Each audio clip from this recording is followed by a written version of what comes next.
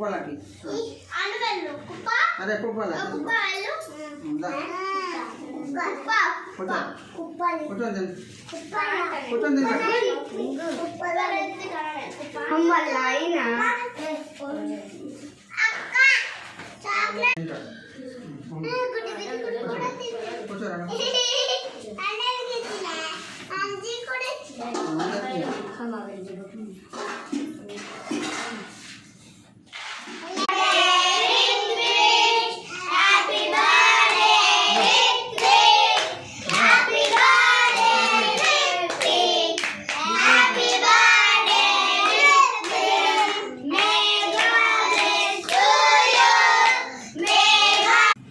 మంచిగా చూడు జయశ్రీ, ఫేస్ పడట్లేదు.